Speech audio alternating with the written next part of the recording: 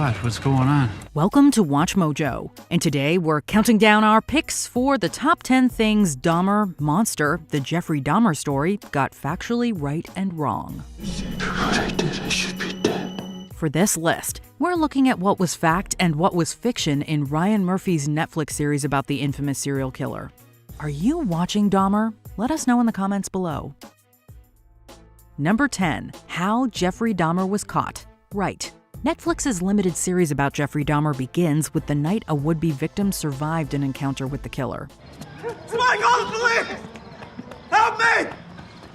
On July 22, 1991, Tracy Edwards spent hours in Dahmer's apartment in fear, waiting for an opportunity to make his escape.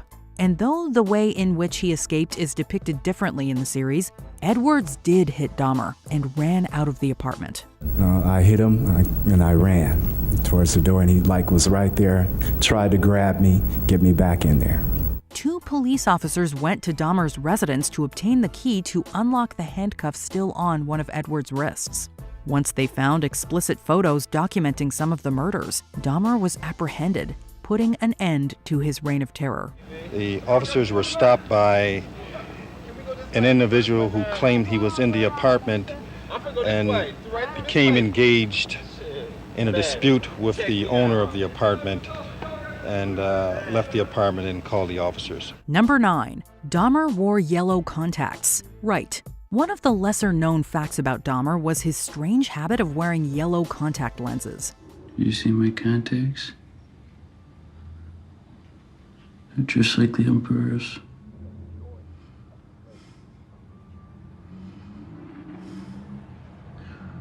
Got him at a costume shop in Kenosha.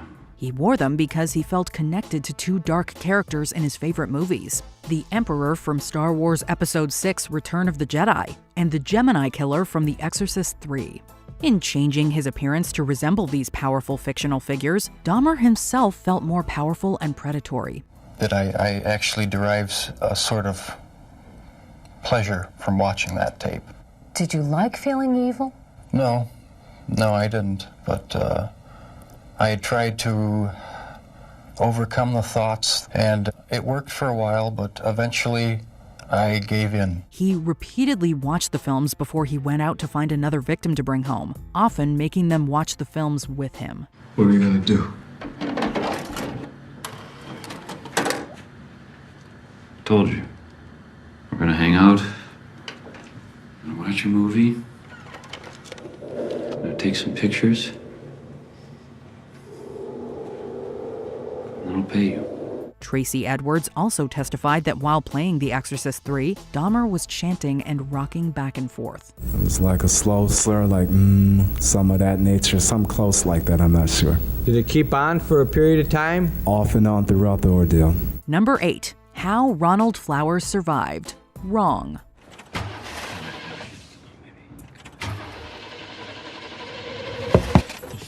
Jesus. Don't worry, I'm not a cop. Another survivor of Dahmer was Ron Flowers, who met him when his car broke down and Dahmer offered to help. He took him to his grandmother's West Allis residence and drugged his coffee. But Dahmer is interrupted when his grandmother sees that something is wrong with the young man. You should take that young man to a hospital. What? He's just a little wasted, Grandma. I will not have some stranger dying in my house. He'll be fine. Just let him sleep it off. Jeez. No. Something is not right here. She is adamant about staying with the unconscious guest, making sure he gets on a bus the next morning. But her actual involvement in saving Flowers from her grandson has never been reported. Like in the series, Flowers woke up in County General Hospital. Where am I? You OD'd. You're lucky to be alive. But what isn't mentioned is that he was also covered in abrasions and believed he might have been assaulted.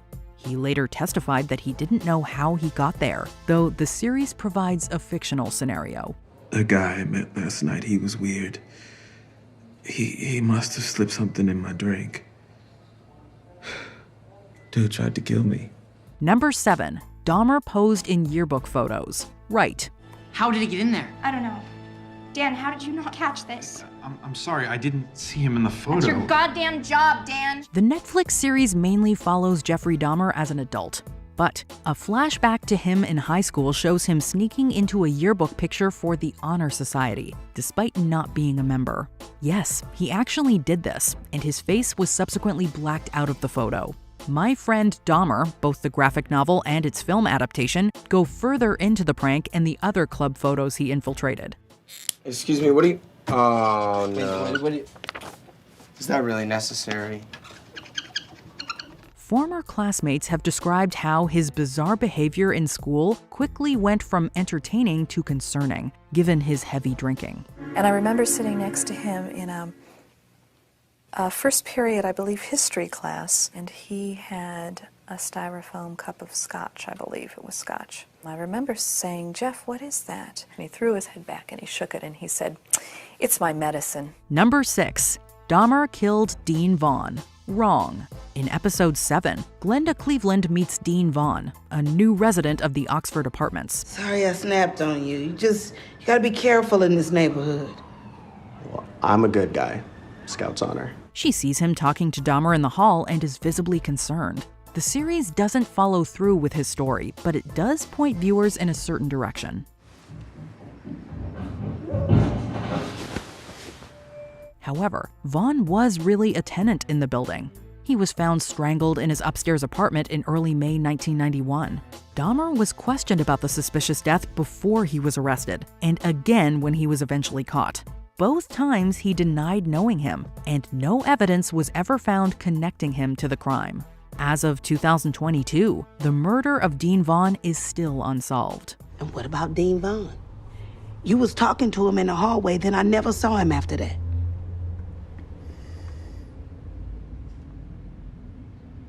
Number 5. Baptized the same day as John Wayne Gacy's execution.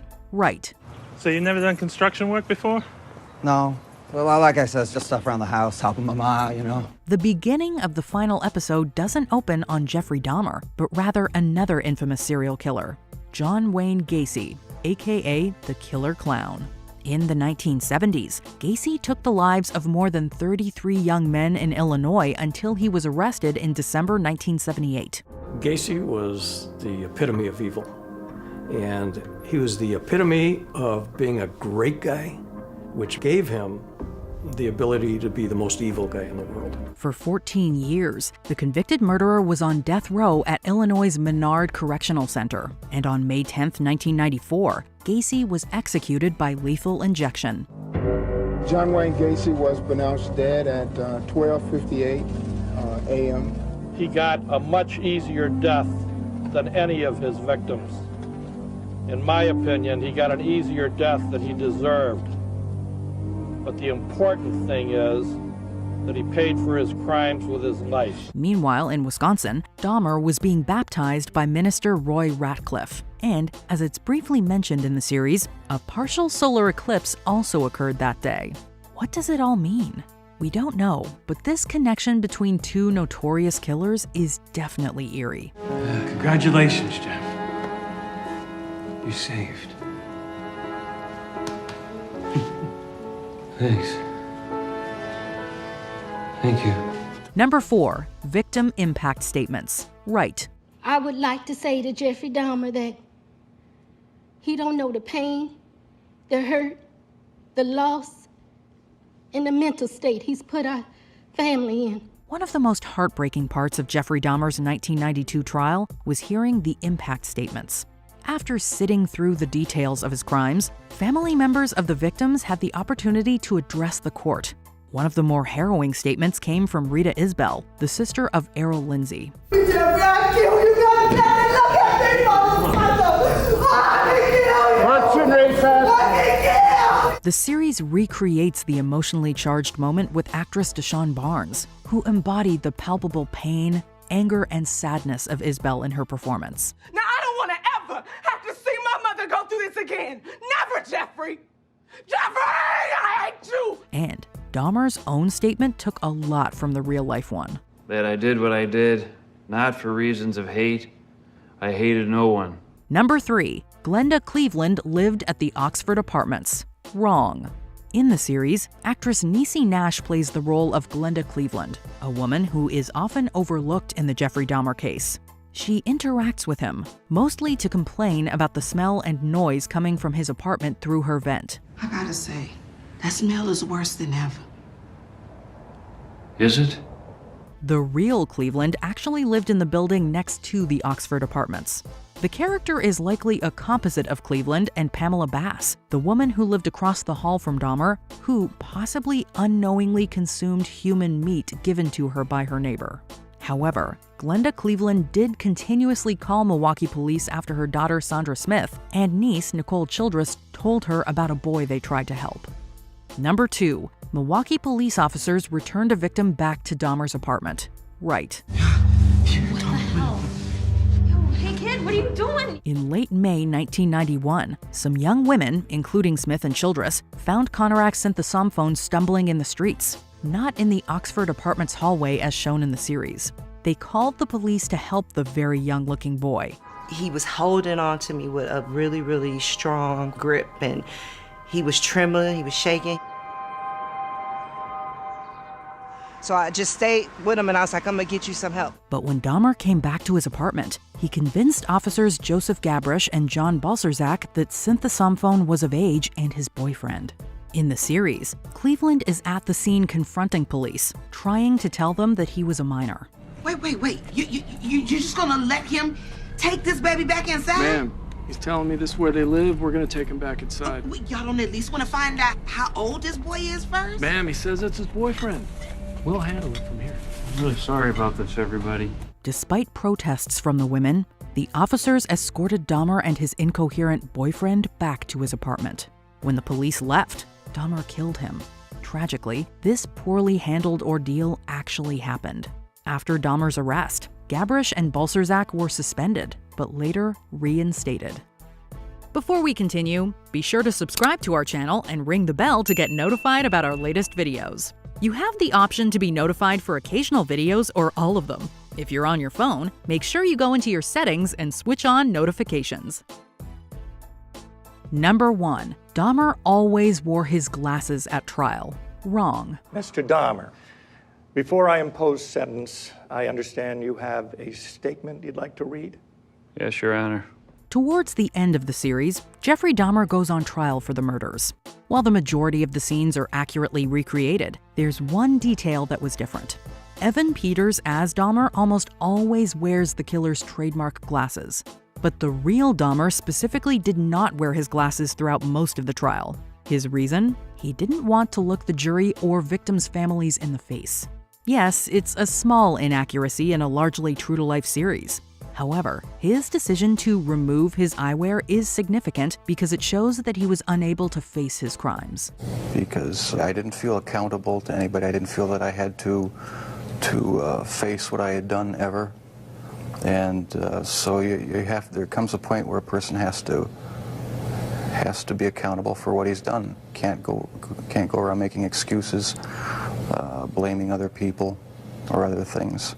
Did you enjoy this video? Check out these other clips from WatchMojo, and be sure to subscribe and ring the bell to be notified about our latest videos.